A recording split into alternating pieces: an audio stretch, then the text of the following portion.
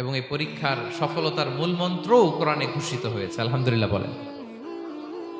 যে আয়াত দিয়ে আমি শুরু করেছি, এই আয়াতে আল্লাহ তাআলা বলেছেন ওয়াবাশশিরিস সাবিরিন, নবী হে, ধৈর্যশীলদেরকে আপনি সুসংবাদ দিন।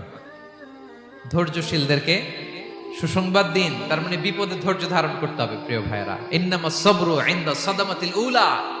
বিপদে আমরা অনেক সময় প্যানিক হয়ে যাই, অস্থির হয়ে যাই, কি করব, হতাশ। না, মুমিনরা হতাশ হয় না, ধৈর্য ধারণ করে। কি করে?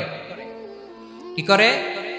ধৈর্য ধারণ করার শক্তি দাও গো মেহেরবান আমায়, দাও গো মেহেরবান। পড়েন, ধৈর্য ধারণ করার শক্তি দাও গো মেহেরবান আমায়, দাও গো মেহেরবান। সবাই বলুন একসাথে, ধৈর্য ধারণ করার